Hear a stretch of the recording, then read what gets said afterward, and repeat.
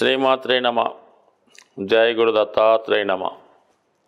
ఈ వీడియోలో మనం ధనుస్సు రాశి వారికి 2025 సంవత్సరం ఏప్రిల్ నెల మాస ఫలితాలు ఏ విధంగా ఉంటాయి అని పరిశీలించే ప్రయత్నంలో మరి ఈ రాశి వారికి అనుకూలమైనటువంటి గ్రహాలు పరిశీలించినప్పుడు ఒక విధంగా భాగ్య రాజ్యాధిపతి యోగం, రవి బుధుడు కలిసి చతుర్థ స్థాన సంచారం అన్నది ఇప్పుడు అంటే సుమారుగా మనకి యోగం అన్నది ఏప్రిల్ 14-15 తారీఖు వరకు రావడం జరుగుతుంది. సో దీనివల్ల ఏంటంటే జాతకుడికి ఇతరుల ఆధీనంలో ఉన్నది కానీ లేదంటే ఇతరుల పేరుతో ఉన్నటువంటి ఆస్తి స్థిరాస్తి మీ పేరుకి మారడం జరుగుతుంది. లేదంటే మీరు ఏదైనా ఒక స్థిరాస్తి కొనుక్కునే ప్రయత్నాలు నెరవేరుతాయి. అంటే ఈ కొనుక్కునే ప్రయత్నంలో మీ యొక్క తండ్రి గారో పెద్దవారో మీకు కొంతవరకు సహకరించి ఏదైనా ఒక మంచి నివాస గృహం ఏర్పాటు చేసుకునే అవకాశం ఉన్నది. లేదంటే మీకు ఏదైనా ప్రభుత్వ క్వార్టర్ లాంటిది కానీ లేదంటే కొంతమందికి ప్రభుత్వ పథకం ద్వారా వచ్చే గృహం కానీ వారి స్థాయిని బట్టి ఏదైనా ఒక గృహం ఏర్పడే అవకాశం ఉంది. కొంతమంది పెద్దవారు ఎవరైనా ఉంటే అంటే ఏదైనా ఒక స్వామీజీలు పీఠాధిపతులు ఎవరైనా ఉంటే వాళ్ళు వారి యొక్క ఆశ్రమాన్ని నిర్మించుకోవడం, ఏదైనా కుటీరం నిర్మించుకోవడం లాంటిది కూడా జరిగే అవకాశం ఉంది. ఎక్కువగా మీరు ఆధ్యాత్మిక కార్యక్రమాల్లో పాల్గొంటారు. ఇక శుక్రుడు మీకు షష్ఠ లాభాధిపతిగా చతుర్థ స్థానంలో కూడా కొంతవరకు మీరు ఏదైనా ఒక వాహనం కొన్నా ఒక గృహం కొన్నా చాలా వరకు కొంత అప్పు చేసి కొంత సంపాదించిన ధనంతో కొనడం జరుగుతుంది. ఎవరైనా అదే చేస్తూ ఉంటారు. అయితే మీరు కూడా ఆ విధంగానే స్థిరాస్తి ఏర్పరచుకుంటారు, లేదంటే ఒక వాహనం అన్నా కొనుక్కుంటారు. ఏదో ఒకటి మీ స్థాయిని బట్టి మాత్రం ఏదో ఒక వస్తువు మీకు సమకూరుతూ ఉంటుంది. అంటే చాలా విషయాల్లో మీరు జాగ్రత్తగా ఉండాలి. ఏదైనా ధనుసు రాశి వారు అప్పు విషయంలో మాత్రం చాలా జాగ్రత్తగా ఉండాలి. ఏదైనా మనం తీర్చగలిగే సింపుల్ అప్పు అయితే పర్లేదు, కానీ చాలా వరకు మీ యొక్క అశ్రద్ధ వల్ల ఓవర్ కాన్ఫిడెన్స్ వల్ల తర్వాత చూద్దాం అనే విషయంలో ఒక చిన్న పొరపాటు జీవితాంతం ఇబ్బంది పెడుతూ ఉంటుంది. సుమారుగా ఏదో 10 లక్షలు అప్పు తెస్తే ఏపీలో చేయొచ్చు, అది అలాగ మా జీవితాన్ని నాశనం చేసేదాకా వెళ్తూ ఉంటుంది అన్నమాట. అందుకని సాధ్యమైనంత వరకు ధనుసు రాశి వారికి నేను ఇచ్చే సలహా ఏంటంటే ఏదైనా ఉన్నంతలో సరిపెట్టుకోవడం బెటరు. మరీ ఆడంబరాలకు పోవడం వల్ల స్థాయికి మించి ఖర్చు పెట్టడం వల్ల అది జీవితాంతం ఇబ్బంది పెడుతూ ఉంటుంది. అంటే చాలా వరకు పనికి మాలిన ధర్మం, అంటే తనకు మాలిన ధర్మాలు ఎక్కువ. ఎవరో అక్కగారి కూతురు పెళ్ళి అవుతుందండి, లేదా మా అన్నగారి కూతురు పెళ్ళి అవుతుంది, లేదంటే మా ఫ్రెండ్ సిస్టర్కి పెళ్ళి అవుతుందని వీడు మొత్తం అంతా ఆ ఖర్చు పెట్టి ఏదో మెప్పు కోసం చేస్తూ ఉంటాడు. అంటే కొంత బాధ్యత ఉన్నా మనం ఎంతవరకు చేయాలో అంతవరకు చేయాలి తప్ప దాన్ని మించి చేయడం ఇబ్బంది పెడుతుంది. ఇప్పుడు అటువంటి స్థితి కనబడుతుందన్నమాట. ఎవరినో చదివించడం, ఎవరికో ఇల్లు కొనివ్వడం, ఇంకెవరికో ఏదో పెట్టుబడి పెట్టడం, ఇలాంటి కార్యక్రమాల నుంచి తప్పుకుంటే చాలా వరకు సజావుగా సాగే అవకాశం ఉంది. పైపెచ్చి మీరు ఈ నెల నుంచి అర్ధాష్టమ శనిలోకి ప్రవేశించారు.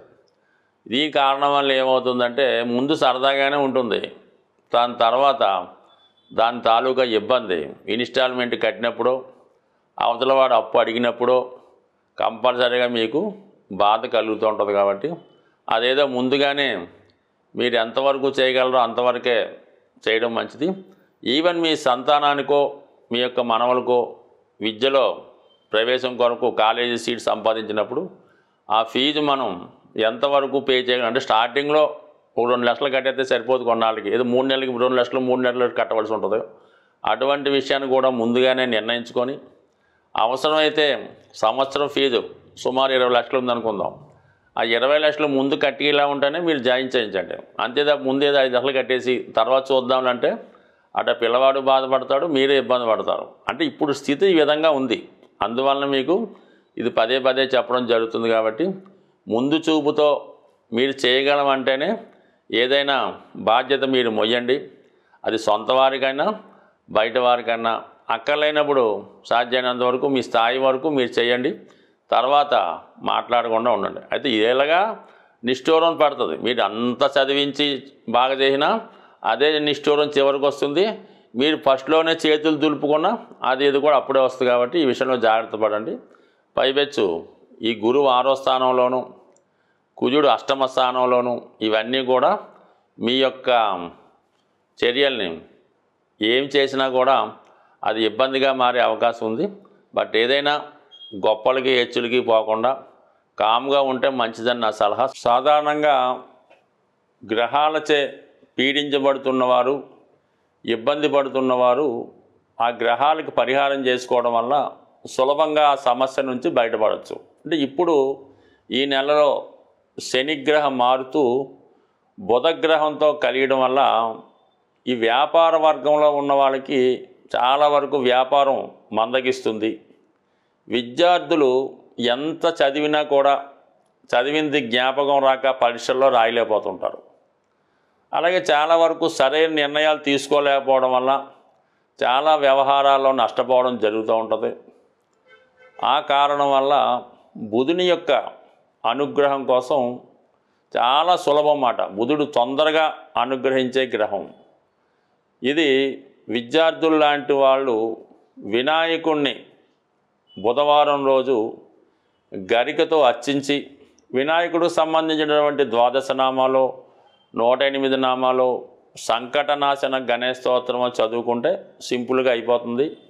మరి పరీక్షకాలు వెళ్ళేటప్పుడు అయితే ఏం చేస్తారంటే, మీరు వినాయకుడికి గరికతో పూజిస్తారు కదా, అది ఇంట్లో అయినా దేవాలయంలో అయినా ఆ గరికను కొద్దిగా మీ హాల్ టికెట్లోనో మీ పాకెట్లోనో పెట్టుకుంటే చాలా వరకు విజయం లభిస్తుంది.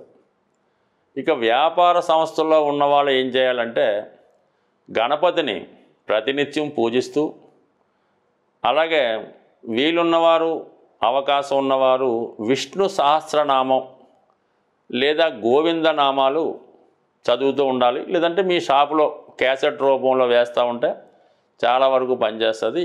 మీరు అటు వ్యాపారస్తులు, ఆర్థిక సమస్యలతో ఉన్నవాళ్ళు బుధవారం రోజు విఘ్నేశ్వరుడి ఆలయంలో అటుకులు ఉంటాయి కదా, కొద్ది గట్టి అటుకులు లాంటివి 1 కిలో తీసుకోవడం, బెల్లం గుండగా చేసి 1 కిలో అందులో కలిపి మరి పిల్లలు పంచిపెట్టే ప్రసాదంలాగా వినాయకుడికి నైవేద్యంగా పెట్టి వచ్చిన భక్తులకి పంచిపెట్టడం వల్ల కేవలం మీరు ఒక 3 వారాలు చేసి చూడండి, అద్భుతంగా మీకు ఉన్నటువంటి మొత్తం సమస్యలు ఆర్థిక పరమైనవి పరిష్కారం అవడం జరుగుతూ ఉంటుంది. సో ఇది ఈ విధంగా ఈ బుధగ్రహ అనుగ్రహం కోసం ఈ విధంగా చేయొచ్చు.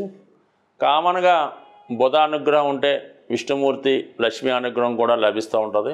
అయితే రాహుగ్రహం ఇప్పుడున్నటువంటి శుక్ర, బుధ, రవి, శని గ్రహాలను కబళించి వేయడం వల్ల ముందు రాహుని సంతృప్తి పరచాలంటే మీరు అమ్మవారిని గట్టిగా పట్టుకోవాల్సి ఉంటుంది.